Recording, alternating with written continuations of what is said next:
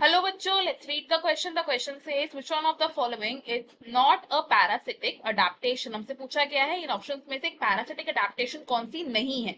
हमारे ऑप्शंस है A development of adhesive organs, B loss of digestive organs, C loss of reproductive capacity, D loss of unnecessary sense organs. इस question में हमारा key concept होगा parasitism.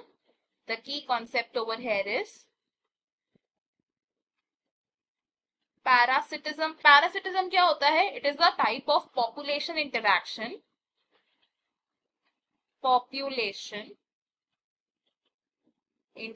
और इस population interaction में क्या होता है, एक ऑर्गेनिज्म का बेनिफिट होता है एंड दूसरे ऑर्गेनिज्म का हार्म होता है. One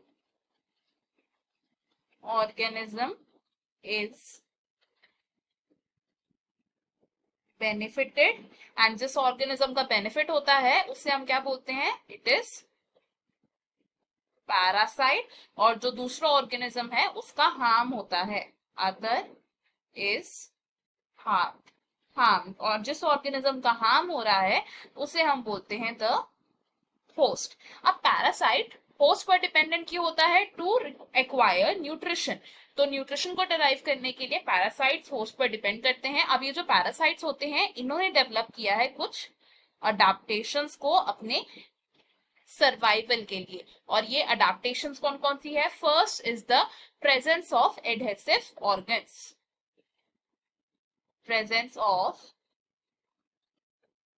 adhesive organs. Adhesive organs help करते हैं पैरासाइट को to stick to the host body. And ये एडहेसिव ऑर्गन्स कैसे हो सकते हैं? These can be hooks, suckers etcetera. Second adaptation क्या है पैरासाइट्स की, कि जो पैरासाइट्स हैं इनमें कोई भी सेंस ऑर्गन्स नहीं होते. तो it is the absence of sense organs.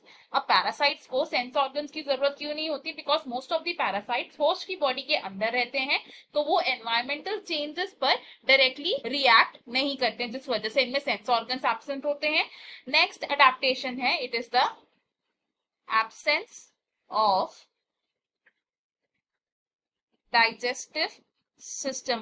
Parasites में डाइजेस्टिव सिस्टम एब्सेंट होता है बिकॉज पैरासाइट्स डायरेक्टली न्यूट्रिशन को ऑब्जॉर्ब कर लेते हैं फ्रॉम द होस्ट बॉडी.